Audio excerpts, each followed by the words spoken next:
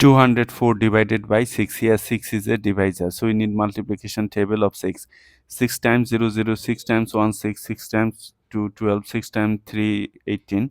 To find out the multiplication table of 6, just take 6 with the previous step. 0 plus 6, 6, 6 plus 6, 12, 12 plus 6, 18, 18 plus 6, 24, 24 plus 6, 30.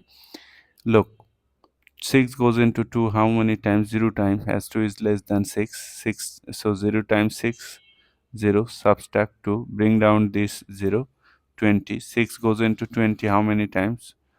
4 times 24, which is getter, so 3 times, right? 3 times 6, 18, subtract 2, bring down this 4, 24. 6 goes into 24 how many times?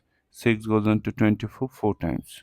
4 times 6, 24, subtract, you are getting 0. As your remainder is 0, so we are done. So our answer is 034 means 34. 34 is our answer.